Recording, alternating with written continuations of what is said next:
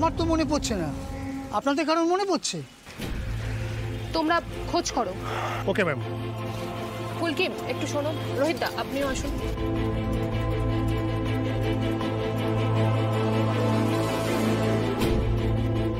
বলছি প্রায় 30-40টা গ্রাম ঘোরা হয়ে গেল, এবার এখনো অবধি কোনো খোঁজ কিছু পাওয়া যায়নি। আর রাজমহল এলাকা এখানেই শেষ, এরপর পাহাড়পুর এলাকা, সেটা তো আমাদের আয়তার বাইরে।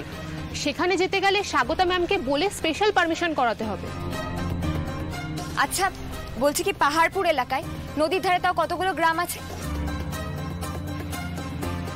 অনেক আছে, এই তো।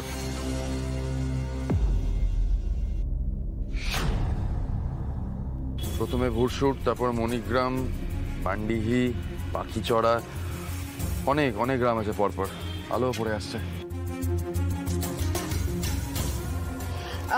আচ্ছা স্যার, আমরা একবার ওখানে যেতে পারি না? না, সম্পূর্ণ দিদি ফিরে যাক, কিন্তু আমরা যখন বেরিয়েছি আরেকটু খোঁজ করেই যাই না? ওকে দেন, চলো। এই তো ভুরসুটে নদীর বড় চড়া আছে, সেখানে নৌকো টোকো প্রায় আটকে যায়। বন্যার সময় অনেকে এখান থেকে উদ্ধার করা হয়েছে, নেটে পাচ্ছি এসব ইনফরমেশন। চলো তাহলে ভুরসুটটা ভালো করে খুঁজে দেখি, হয়তো ওখানে গিয়ে কোনো গুড নিউজ পেয়ে গেলাম। জয় মা কালী, জয় মা কালী, জয় মা কালী। সম্পূর্ণা দিদি থ্যাংক ইউ। কোনো ঝামেলায় পড়লে আমাকে কল করবে, কেমন? এবার আমরা কি করে ফিরবো স্যার? সেই তো। আচ্ছা একটা কথা বলবো, যদি কিছু মনে না করেন, আমাদের এখানে একটা থাকার ব্যবস্থা করব। না না, তা হয় নাকি ফুলকি, এখানে থাকা সম্ভব নয়। চেনা নেই জানা নেই, কার বাড়িতে গিয়ে উঠবো এখন? এত রাত্রে কাউকে বিরক্ত করার কোনো মানে হয় না তো। কি যে বলেন বাবু, থোড়াই রাস্তায় এসে পড়েছেন নাকি?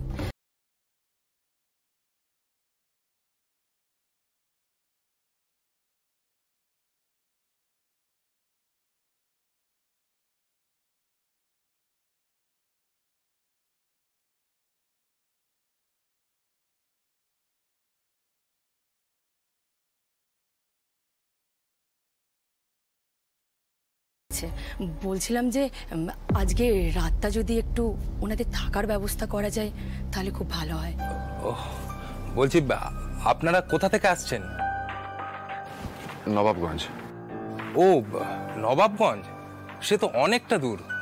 বড় রাস্তা থেকে বাস পেয়ে যেতেন, কিন্তু সে তো দিনের আলো থাকতে থাকতে, এখন তো আর পাবেন না।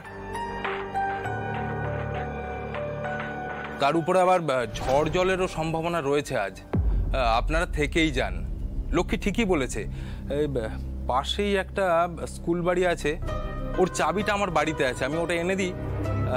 একটু কষ্ট করে আপনারা ওখানেই থেকে যান আজ রাতটা।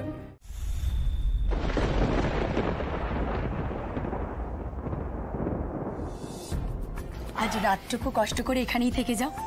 ও মা লক্ষ্মী দিদি, খুব ভালো ব্যবস্থাই তো করেছো তুমি। আমার তো একদম হোটেল হোটেল লাগছে, একটু অন্য ধরনের ঠিকই, তাই না?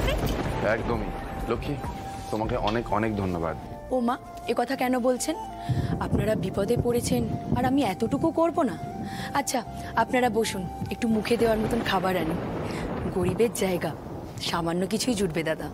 জুটছে এই অনেক, পেট গোলাচ্ছে একেবারে। আচ্ছা আমি আসছি। স্যার একটা অভিজ্ঞতা হচ্ছে, বলুন কোথায় ভুরসুট গ্রাম, আর আমরা সেখানে এসে আটকে পড়লাম। সবই মা কালীর ইচ্ছে, হয়তো এখানেই আমরা বড় রাজা বাবুর খোঁজ পেয়ে যাবো।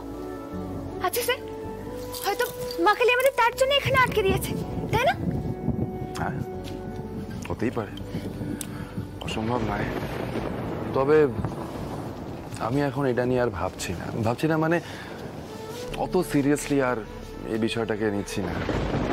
দেখো ফুলকি, আমরা অনেকটা করেছি, নদীর ধার ধরে সব গ্রাম আমরা সার্চ করেছি, এতটা পথ এসছি আমরা খুঁজতে খুঁজতে। কালো খোঁজ খবর করবো, ভালো করে খুঁজবো। ইনফ্যাক্ট বড় রাজাবাবু উনি যদি মারাও গিয়ে থাকেন, তাহলে সেই খবরটাও আমরা নিয়ে ফিরবো। খোঁজ খবরে আমরা কোনো ত্রুটি রাখবো না। All I want to say যে আমাদের হাতে তারপর কিন্তু আর কিছু নেই। এটুকু সময় এটা আমি বেশ বুঝে গেছি, আমরা শুধু চেষ্টা করতে পারি। We can do our level best, right? দাদা আসবো? হ্যাঁ এসো। কি আনলে? ঘুগনি মুড়ি ছাড়া আর কিছুই পেলাম না। এই দিয়ে কি আপনাদের পেট ভরবে? বেশ ভরবে, এই যে পাওয়া যাচ্ছে অনেক। আরে বাবা লক্ষ্মী দিদি, আমি তো পুরো ছোটবেলাটায় ঘুগনি মুড়ি খেয়ে কাটিয়েছি। দাও দাও দাও দাও।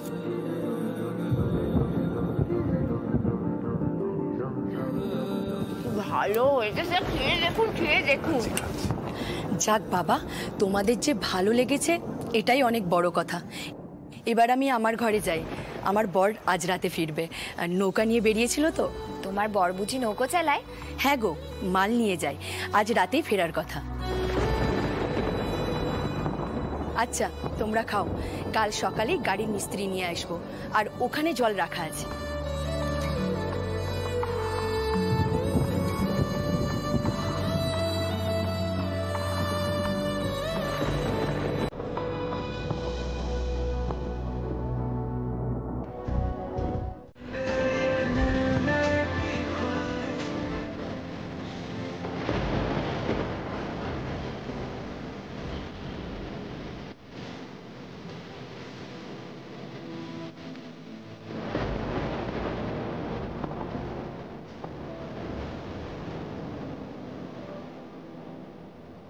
নিচে পড়কি দাস, যতই তুমি রাজবাড়ির প্রিন্সেস হয়ে যাও না কেন, আমার জন্য চিরকাল আমার কুইন থাকবে তুমি। আমায় কোনোদিন ছেড়ে চলে যাবে না তো? আপনি ভয় পাচ্ছেন কেন স্যার? আপনার তো জানা উচিত কি দাস আপনাকে ছাড়া চোখে অন্ধকার দেখি। আমি আপনাকে ছেড়ে কোথায় যাব? আপনি তো আমার সব।